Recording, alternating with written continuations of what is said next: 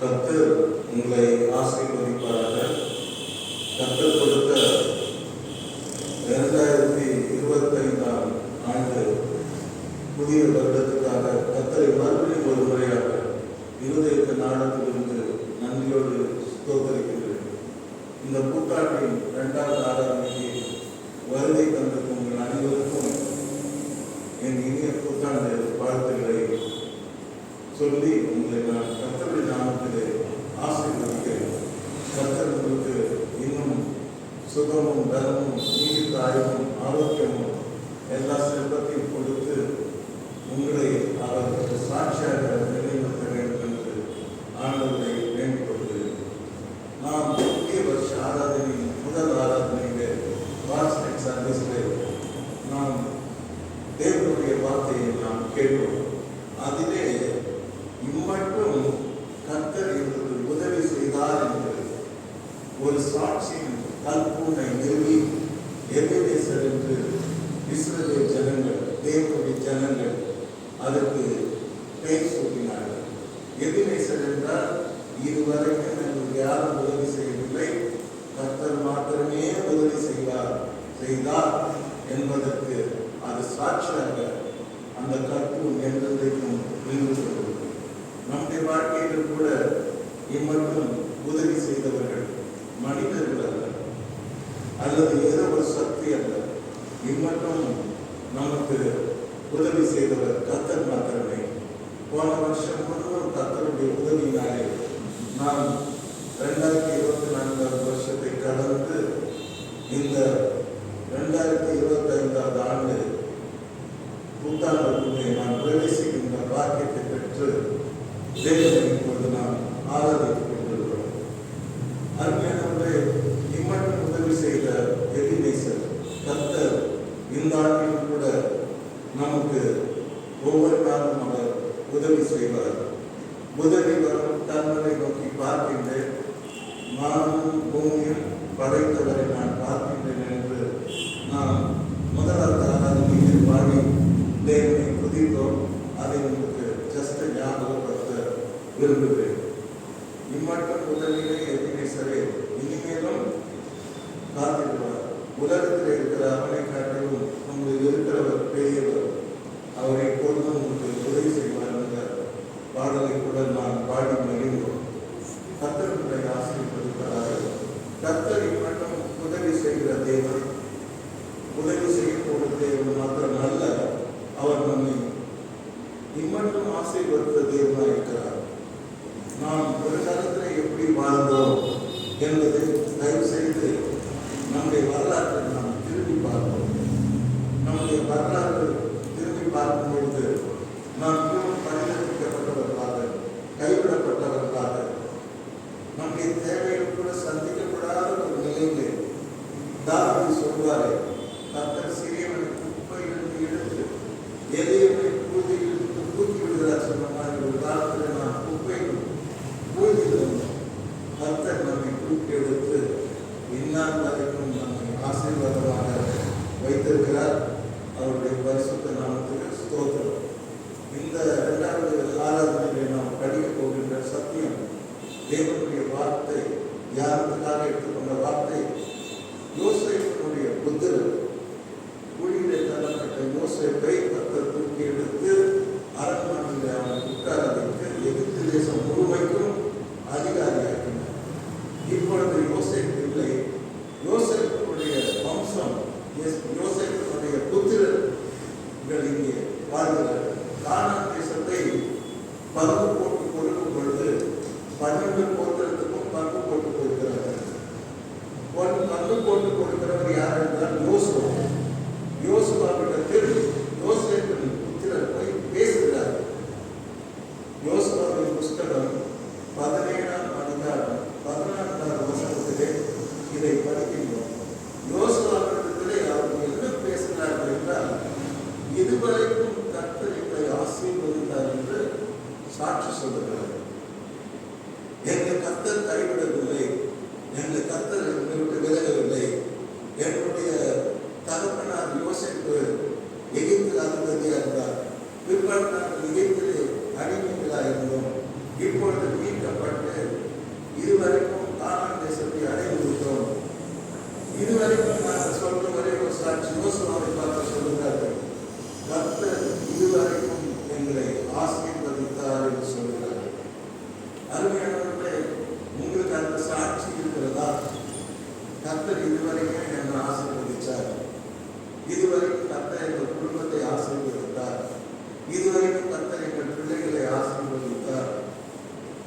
எப்பொழுதும் இதுவரைக்கும் உதவி செய்தார் மாத்திரம் அல்ல, இதுவரைக்கும் நம்மை ஆசீர்வதித்தார் என்ற சாட்சி நமக்கு இருக்கிறதா? அதை கேள்வியாக நான் கேட்கின்றேன். பதில் சொல்ல வேண்டியவர்கள் நீங்கள் தான். எனக்கு இருக்கிறது. கர்த்தர் இதுவரைக்கும் என்னை ஆசீர்வதித்தார், எங்கள் குடும்பத்தை ஆசீர்வதிக்கிறார். நாங்கள் கைது செய்கிற வேலைகளையும் ஊழியர்களையும் அவர் ஆசீர்வதித்துக் கொண்டு வருகிறார். அவருடைய பரிசுத்த நாமத்துக்கு ஸ்தோத்திரம். யோசுவா கிட்ட சட்டம் போடுறாங்க. யாரு? யோசேப்பின் புத்திரர். என்ன சட்டம் போடுறாங்க? யோசுவாவை நோக்கி, கர்த்தர் எங்களை இதுவரைக்கும் ஆசீர்வதித்தார். அப்படி ஆசீர்வதித்து வந்ததினால் நாம் இப்பொழுது பெரிய ஜனக்கூட்டமாக இருக்கிறோம், பெருந்தலாக இருக்கிறோம். நீ எங்களுக்கு பகிர்ந்து கொடுத்த கானான் தேசம் எங்களுக்கு போதாது. கர்த்தர் இந்த ஆசீர்வாதம் நீர் எங்களுக்கு ஒரே விதத்தையும் ஒரே பங்கையும் கொடுத்தது என்ன என்று கேட்டார். நீங்க கொடுத்தது என்று பார்த்தாரு. கர்த்தர் இதுவரைக்கும் இந்த ஆசீர்வதிச்சதுனால நாங்கள் நிறைய சந்ததியை உடையவர்களாக இருக்கின்றோம், ஜனம் பெற்றவர்களாக இருக்கின்றோம். எங்களுக்கு நீர் இன்னும் ஆசீர்வாதத்தை தர வேண்டும், இன்னும் எங்களுக்கு புதிய எல்லையை தர வேண்டும், இன்னும் எங்களுக்கு நிலப்பகுதியை எங்களுடைய எல்லையை பெரிதாய் கொடுக்க வேண்டும் என்று கேட்டார்கள். யோசுவா மிகவும் சந்தோஷப்படுகிறார். அவருடைய வார்த்தையை கேட்டவர் கோபப்படவில்லை. இவர்தான் கொடுக்க முடியும், பணத்தை கொடுக்கறதுக்கு சொல்லவில்லை. யோசுவாவுக்கு ஒரே சந்தோஷம். ஏன்னா the way they spoke, the way they told the testament, அவர் சொன்ன விதம், இன்னும் கர்த்தரை ஆசீர்வதித்தார் என்று சொன்னது யோசுவாவின் உள்ளத்தை அசைத்தது. அப்பொழுது யோசுவா சொல்லுகிறார், சரி பயப்படாதீங்க, மலை தேசம் இருக்கிறது, அது நான் தருகிறேன். நீங்கள்லாம் எங்களுக்கு எனர்ஜெட்டிக் ஜெனரேஷனாக இருக்கீங்க. யோசேப்பு மிகவும் முக்கியமானவர். ஆகவே உங்கள் எல்லையை நான் பெரிதாக்கி தருகிறேன் என்று அவருக்கு ப்ராமிஸ் பண்ணி யோசேப்பு புத்திரருக்கு கொடுத்த பங்கை விட இரட்டத்தனையான பங்கை மலை தேசத்தை அவருக்கு கொடுக்கிறார். அவர்கள் பெற்றுக்கொண்டு மகிழ்ச்சியுடன் செல்கிறார்கள். நான் இந்த புதிய ஆண்டிலே கர்த்தரை பார்த்து சொல்ல வேண்டிய விஷயம், இம்மட்டும் கர்த்தாவே என்னை ஆசீர்வதிக்கு ரொம்ப ஸ்தோத்திரம், நன்றி. என் இதயம், என் உள்ளம் நன்றி அது பொங்கி வடிகிறது. உங்களை புதிதாக என்னால் இருக்க முடியாது. எவ்வளோ ஆசீர்வாதத்தை புதிக்கிறாங்க. ஆனால் எனக்கு இன்னும் போராது. எனக்கு என் எல்லையை பெரிதாகும், என்னை ஆசீர்வதியும், தீங்கு என்னை துக்கப்படுத்தாதபடி காத்தரும் என்று யாரே சிரமம் பண்ணுறது போல இன்னும் கொஞ்சம் எனக்கு தாரும் என்று நீங்கள் என்ன கேளுங்கள், அப்பொழுது உங்களுக்கு கொடுக்கப்படும். தட்டுங்கள், அப்பொழுது உங்களுக்கு திறக்கப்படும். தேடுங்கள், அப்பொழுது நீங்கள் கட்டளையும். தேவனை கேட்பது கிரீட்டி இல்லை. கிரீட்டியாக இருந்தால் அது ஒத்துப்பாட்டாக அவர் நியாயமானதை தான் தந்தார். ஆண்டவரே, இப்பொழுது இருக்கிற ஆசீர்வாதம் இதுவரைக்கும் கொடுத்த ஆசீர்வாதம் ரொம்ப ஸ்தோத்திரம். இன்னும் கொஞ்சம் கூட எங்களுக்கு ஆசீர்வாதம் தேவைப்படுகிறது, எங்கள் குடும்பத்துக்கு தேவைப்படுகிறது, எனக்கு தேவைப்படுகிறது. கொடுத்த ஆசீர்வாதம் போராத ஆண்டவரே, இன்னும் எங்களுடைய ஆசீர்வாதத்தின் எல்லையை பெரிதாக்கும் என்று நாம் தேவனை கேட்க உரிமை. எப்படி யோசுவாவை பார்த்து யோசேப்பின் புத்திரர் உரிமையா கேட்டாங்க. நாங்கள் கர்த்தர் இதுவரைக்கும் ஆசீர்வதிச்சிருக்காரு, நாங்கள் ஜனம் பெருத்திருக்கோம், நீங்கள் சின்ன தேசத்தை கொடுத்துருக்கீங்க, எங்கள் பெரிய எல்லையை காரணம் கேட்டாங்க. அதே மாதிரி நம்ம யாக்கோபை பார்க்கணும். கர்த்தர்கிட்ட போராடணும். அவன் இதுவரைக்கும் ஆசீர்வதிக்கப்படவில்லை, போனும் கைமாக இருக்கிறான். கர்த்தர்கிட்ட போராடணும். என்னை ஆசீர்வதித்தாரே ஒழிய உண்மை நான் விடமாட்டேன். ப்ளீஸ் பிளஸ் மீ காட், எனக்கு ஒண்ணுமே இல்லை அப்படின்னு சொல்லி அவன் கர்த்தர்கிட்ட போராடினான். எஞ்சினான் என்று போடப்பட்டிருக்கிறது. யாக்கோபு கர்த்தரிடத்தில் எஞ்சினான். எதற்காக எஞ்சினான்? ஒரே நோக்கம்,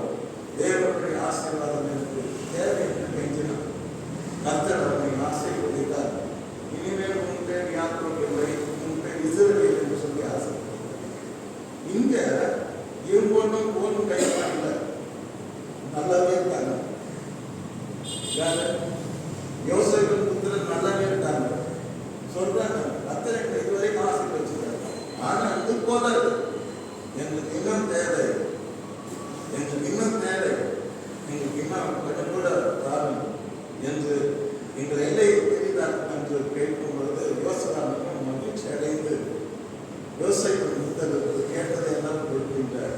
அவர் மகிழ்ச்சியோடு திரும்பி போகிறார். நம் ஆண்டவர் இன்றைக்கு யோசுவாவை போல யெகோவா உயிர்த்தெழுந்த கர்த்தர் இங்கே நின்று கொண்டிருக்கிறார்.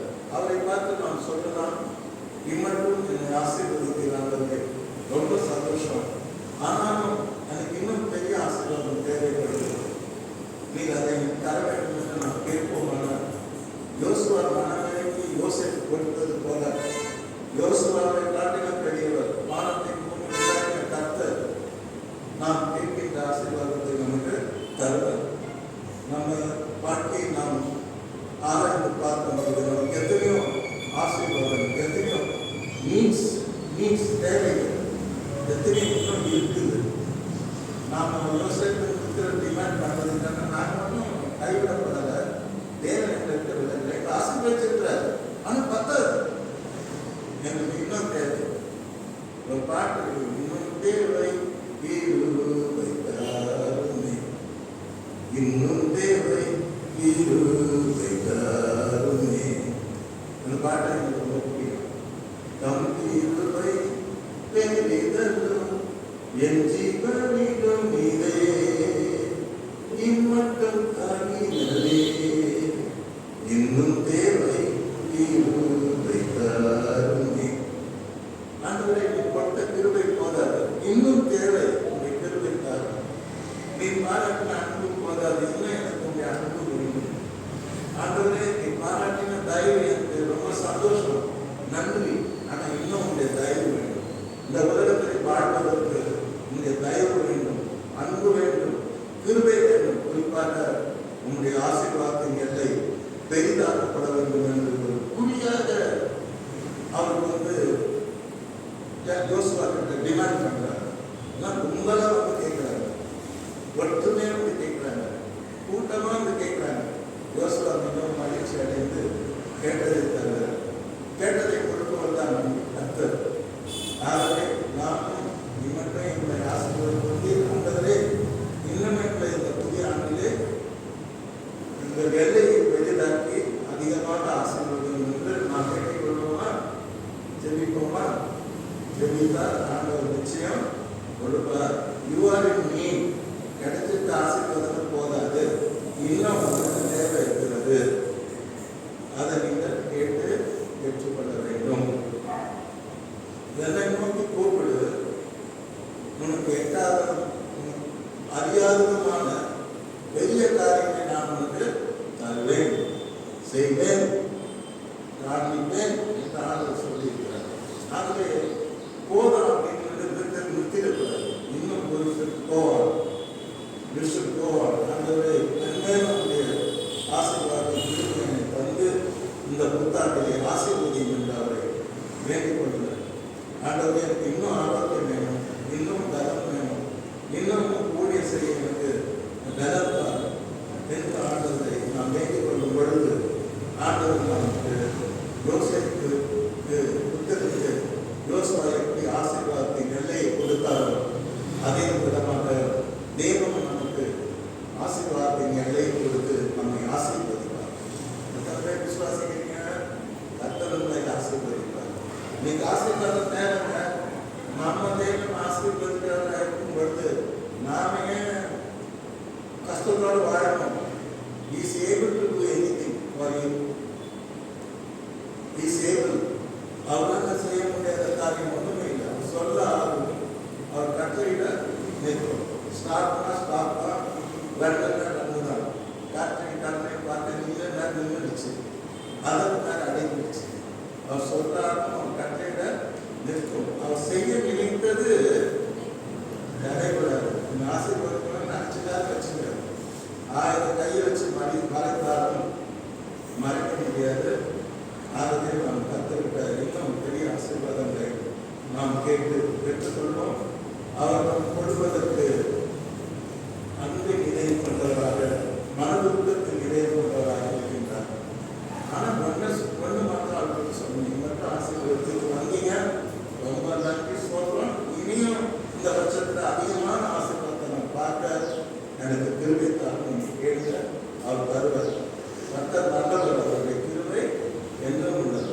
நீயோ கடன் இருப்பாய், கடன் வாங்காதிருப்பாய். உன்னை நான் பாழாக்காமல் தலையாக்குவேன், கீழாக்காமல் மேலாக்குவேன். உன்னை எல்லா ஜாதியிலும் நான் என்ன பண்ணுவேன்? மேன்மையாக இருப்பேன். உன்னை ஆசீர்வதிக்கவே ஆசீர்வதிப்பேன் என்று ஆபிரகாம் கொடுத்த அந்த ஆசீர்வாதம் நமக்கெல்லாம் கிறிஸ்துவிலே, கிறிஸ்துவை பற்றும் விசுவாசத்தினாலே நாம் அனைவரும் ஆபிரகாமை சந்ததியாக இருக்கிறோம். கிறிஸ்துவிலே அது ஆமென் என்றும் ஆமென் என்றும் சொல்லுகிறது. ஆமென்.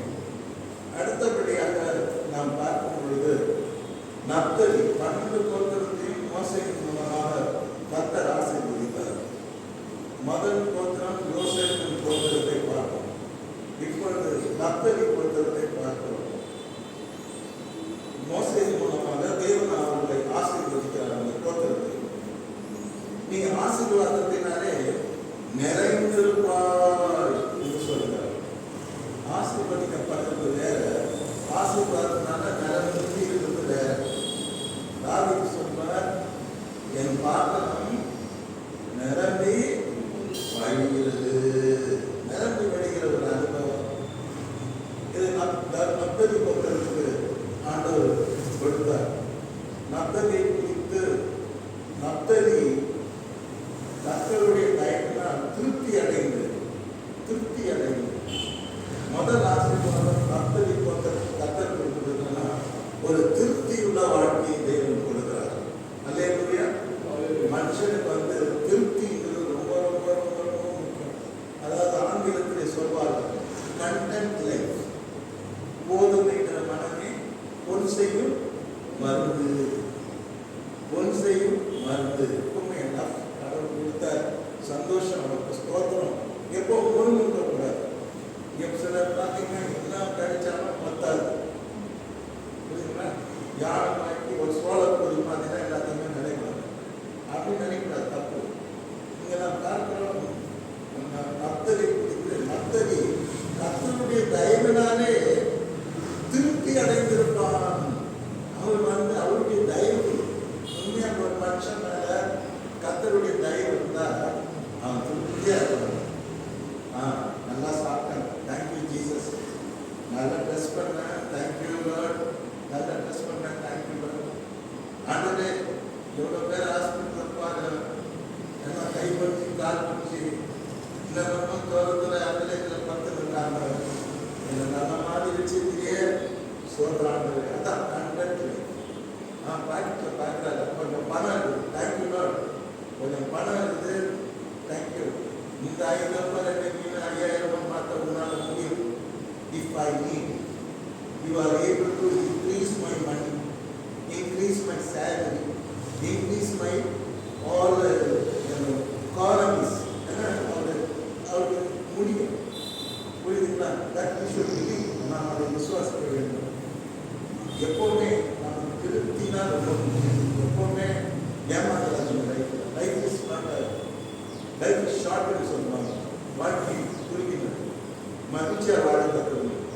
மகிழ்ச்சியாக கத்தருக்குள் மகிழ்ச்சியாக இருப்பதே உங்களுடைய பலம். What is your style?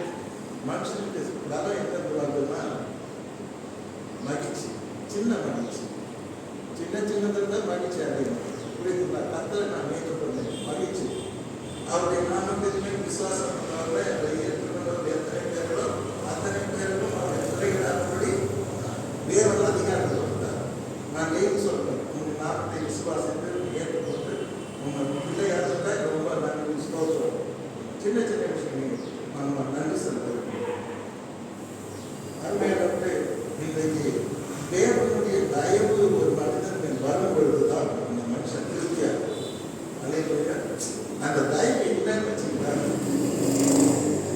அவன் என்ன பண்ணாலும் என்ன இருக்காது, திருப்தி இருக்காது. இந்த மாதிரி ஒரு இதை இருக்கவே கூடாது. அதுதான் என்ன சொல்றது, சபிக்கப்பட்ட ஒரு இதயத்தை பார்க்கணும்னா திருப்தி இல்லாத ஒரு புரியுது.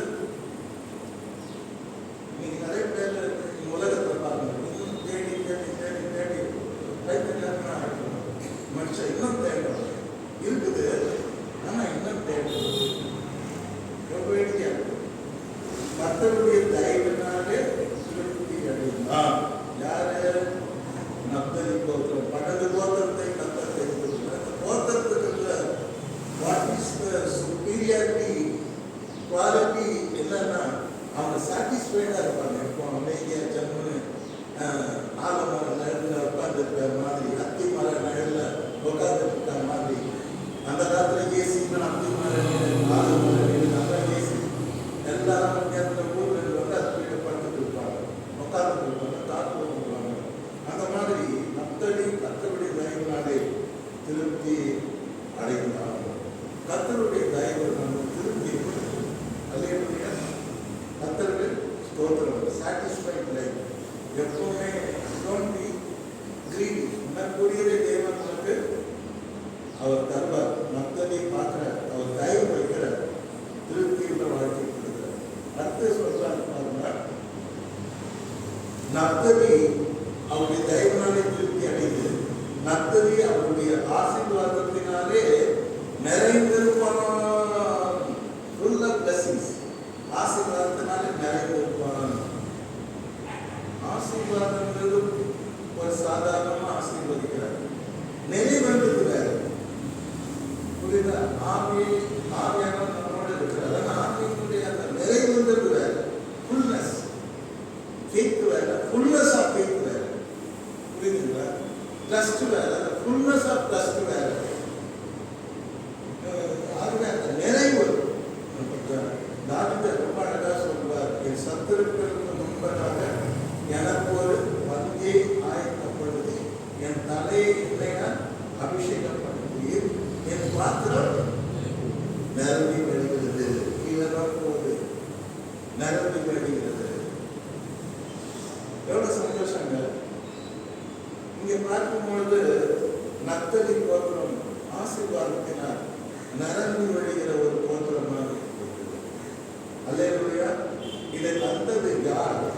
தயவுள்ள தேவன், இரக்கமுள்ள தேவன், கிருபையுள்ள தேவன், நம்மை தெரிந்து கொண்ட தேவன், இந்த கோத்திரத்தை தெரிந்து கொண்ட தேவன்.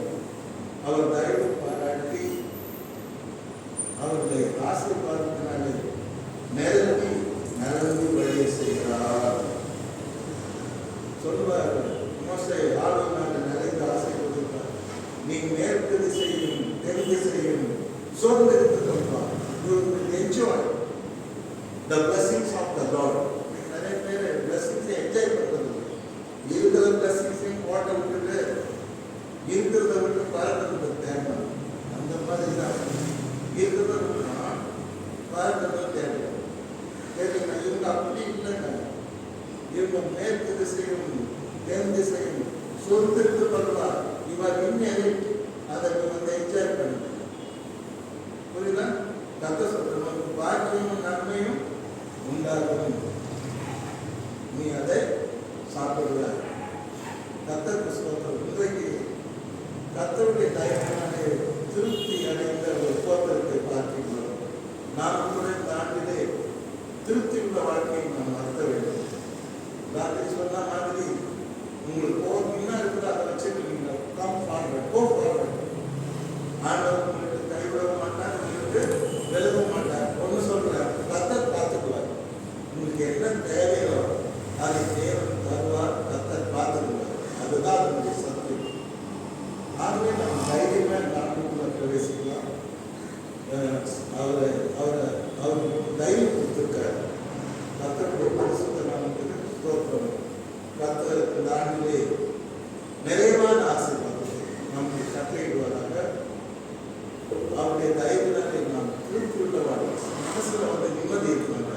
அதான் ரொம்ப ஒரு சமாதானம், பீஸ், ஜாய் இந்த செகண்ட். ஃபர்ஸ்ட் பீஸ், சமாதானம், நிம்மதி. அப்பா நிம்மதியாக போய் பார்க்கணும், நிம்மதியாக போய் வேலை செய்யணும், குழப்பமாக இருக்கக்கூடாது.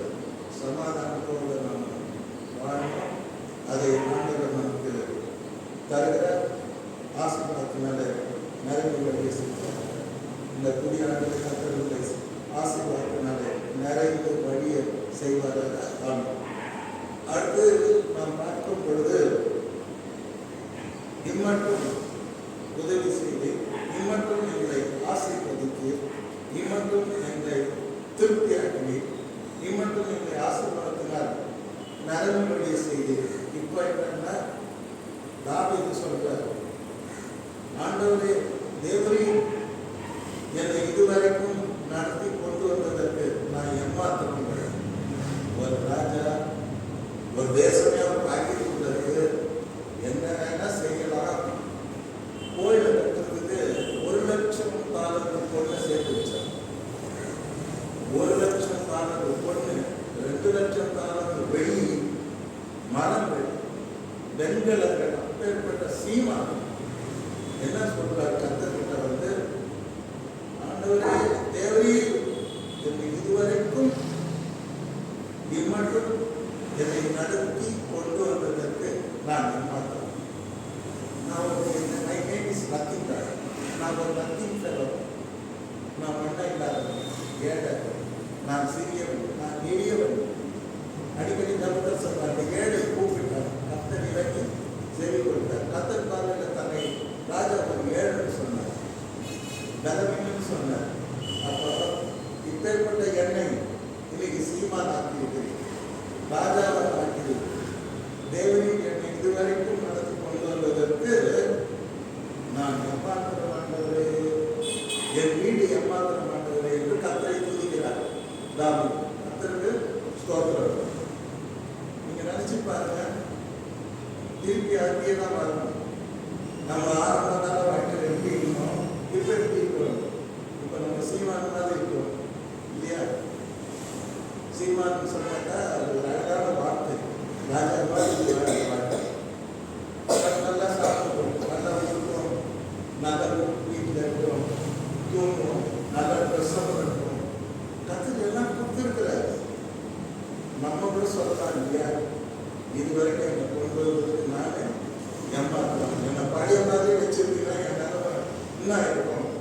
நான் ஒரு குடிகாரனாக இருக்கேன், சமயத்தில் ஒரு கொலைகாரனாக கூட இருந்திருக்கேன், ஒரு தற்கடிக்காக இருந்திருக்கேன், என்ன நான் ஒரு சாக்கடையில் இருந்திருக்கேன். ஆண்டவரே என்னை அதில் தான் தூக்கி இருக்குதுங்க. என்னை ராஜா வாக்கி எதுக்கு சொல்ல வந்தாங்கன்னா, கர்த்தர் சொல்றார், உன் வீட்டை நான் ஆசீர்வதித்திருக்கிறேன். தாவீது ஃபுல்லா பிளஸிங்ஸ், வீடு நிறைய ஆசீர்வாதம், நன்மை கிடைக்கலாம். அப்போ கடவுளை துதிச்சான், என்னை மட்டும் கொண்டு வந்ததற்கு ஏமாத்திரம். அப்போ ராஜா உட்பிரவேசித்து கர்த்தருடைய சமூகத்திலிருந்து, கர்த்தராகிய ஆண்டவரே தேவரீர் என்னை இதுவரைக்கும் கொண்டு வந்ததற்கு நான் ஏமாத்திரம், என் வீடு ஏமாத்திரம். நான் ராஜாவாக நான் ஏமாத்திரம், நான் ஒரு ஷெப்பர்ட் பார்த்தேன், என் வீட்டை ஆசீர்வதிச்சிருக்கீங்க, இதுக்கு நான் தகுதியை பாத்திரம் இல்லை ஆண்டவரே அப்படின்னு சொல்லி அவர் கடவுளுக்கு தொழுது கொள்கிறார். அருமையானவர்களே, நம்ம எல்லாம் தேவன் உள்ள நல்லா வச்சிருக்கிறாரு. நாம கூட சொல்லணும், ஆண்டவரே இதுவரைக்கும் என்னை கொண்டு வந்ததற்கு நான் ஏமாத்துவோம். அப்போ சொல்றார் கர்த்தர், இன்னும் நான் ஆசீர்வதிப்பேன். கோயில் கட்டலாம் அப்படின்னு சொல்லுவார். நீங்க ஆலயம் கட்டக்கூடாது, உங்க அர்ப்பணத்திற்கு சார்பு கட்டலாம் அப்படிங்கிறார். ஓகே, நான் ஏற்றுக்கிறேன், என் கையில் கேட்டால் டியூனம் நான் கட்டுறேன். ஆனாலும் இதுவரைக்கும் என்னை உயர்த்துறதுக்கு நான் எவ்வளவு நேரம் பார்க்கிறேன், நான் ஏமாத்துறேன் என்று தாழ்ந்தோடு சொல்கிறார். நாம் இதுவரைக்கும் பெற்றுக்கொண்ட ஆசீர்வாதங்களுக்காக இதெல்லாம் பெற்றுக்கொண்டது நாம் ஏமாற்றம் என்று என்றால் ஒரு நாள் சொல்லி இருக்கிறோமா? அப்படி சொல்வதை தேவன் விரும்புகிறார். அப்படி சொல்லும்போது இன்னும் எங்கேயும் நம்மை தேவன் ஆசீர்வதிக்கிறார். ஆதியாகமம் 32ஆம் அதிகாரம் 10ஆம் வசனத்தை படிக்கும் பொழுது, இதுவரைக்கும் தேவரீர் நீர் காண்பித்த எல்லா தயவுக்கும் எல்லா சத்தியத்திற்கும் நான் எப்பொழுதும் பாத்திரம் நடந்தேன் என்று சொல்லுகிறது யாரு? கோலும் கையுமா போன லாபம் தான் சொல்றார், யாத்திரை சொல்றார். கோலும் கையுமா நான் போனேன், திரும்பி வர வெற்றிகரமா திரும்பி வர, லாபாத் வீட்டில இருந்து திரும்பி வர, போகும்போது கோலும் கையுமா போன. இப்போ மனைவி, 12 குழந்தைங்க, வேலைக்காரி, ஆஸ்தி, அந்தஸ்து,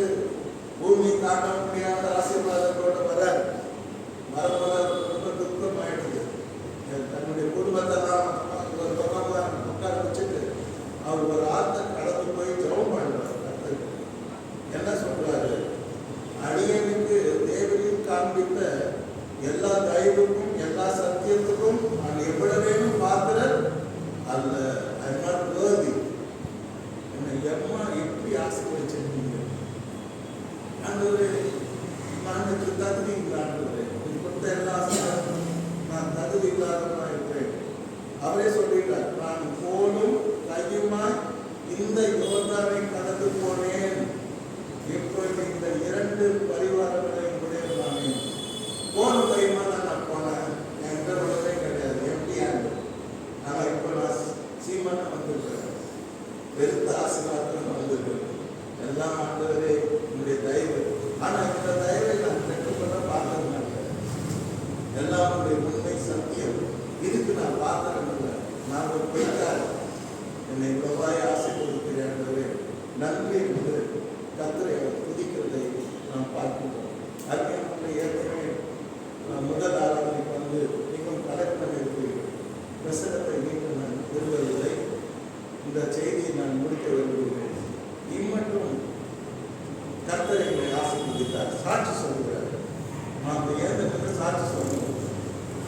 2024 2025 இம்மட்டும் கர்த்தரை எங்களை ஆசைப்படுத்தார். ஆனால் கர்த்தரை பார்த்தீங்கன்னா கேட்கணும், இம்மட்டும் ஆசீர்வதிச்சுங்க. ஆனால் எங்களுக்கு இந்த ஆசீர்வாதம் போதாது, இன்னும் எங்க எல்லையை பெரிதாக்கணும். யாபேஸ் கேட்டாங்க, இன்னும் என் எல்லையை பெரிதாக்கணும்னு சொல்லி கேட்கணும். 2வது நப்தலியை போல அவருடைய ஆசீர்வாதத்தினால நான் நிரம்பி வழியும். 23ஆம் சங்கீதத்தின்படி என் பாத்திரம் நிரம்பி வழியும். கர்த்தருடைய தயவினால ஒரு சாட்டிஸ்ஃபைட் லைஃப், கண்டென்ட் லைஃப் நாம் பெற்றுக்கொள்ள வேண்டும். அடுத்தபடியாக தேவனை இதுவரைக்கும் என்னை நடத்தி கொண்டு வந்ததுக்கு நான் எம்மாத்திரம். மற்றதான் நடத்தி வந்தாரு. 24 வருஷம் நடத்தி 25 வருஷத்தை தொடர்ந்து சேர்த்துருக்காரு. என்னை இப்படி அர்த்தம் நடத்துறதுக்கு, ஆசீர்வாதங்களை நடத்துறதுக்கு, திருப்தியாக நடத்துறதுக்கு நான் எம்மாத்திரம் நான் ஒரு வார்த்தை ஆண்டவருக்கு சொல்லணும். என் வீடு எம்மாத்திரம் சொல்றாரு. எவ்வளோ ஆசீர்வதிச்சிருக்கேன் சுவாமி, காட்டில் வாழ்ந்தவன் நான், என்னை எவ்வளோ ஆசீர்வதிச்சிருக்கேன்னு சொல்றாரு. அது மாதிரி தான் யாக்கோபும் சொல்றாரு. கர்த்தரை பார்த்து தேவரே இதுவரைக்கும் எனக்கு காட்டு எல்லா தெய்வமும் சத்தியத்துக்கும் எவ்வளோ வேணும்னாங்க பார்க்குறேன். அந்த நீங்க நான் கூட தாழ்ந்து சொல்றேன். இதுவரைக்கும் கர்த்தர் எனக்கும் என் குடும்பத்துக்கும் அவர் பாராட்டின தெய்வத்துக்கும் சத்தியத்துக்கும் அவருடைய தெய்வம் நான் கூட பார்க்க முடியல. தகுதி இல்லாத நம்மை அணைக்கின்றார், தகுதி இல்லாத நம்மை ஆசீர்வதிக்கின்றார், தகுதி இல்லாத நம்மை அவருடைய மக்கள் நாடுகளாக அவருடைய பிள்ளைகளாக அவர் ஏற்றுக்கொண்டார். ஆகவே முதல் செய்தி இதுவரைக்கும் இம்மட்டும் என்பது உதவி செய்யும். இப்போது இம்மட்டும் இணைப்பை ஆசீர்வதிக்கும். இம்மட்டும் இணைப்பை திருப்தியாக வைத்திருக்கிறது. திருப்தியாக இப்போது வைப்பேன். இதுவரைக்கும் நீ இதை கொண்டு வந்ததற்கு நான் எம்மாத்திரம், என் வீடு எம்மாத்திரம். யாக்கோபு போல நாம் காண்பித்த தெய்வத்தின் உண்மைக்கு நான் எல்லோரையும் பார்க்கணும் என்று சொல்லி தேவனை துதிப்பமாக கர்த்தரின் ஆசீர்வாதத்தின் பாதைகளை, அவருடைய கிருபையின் பாதைகளை, சத்தியத்தின் பாதைகளை, அவருடைய பாதுகாப்பின்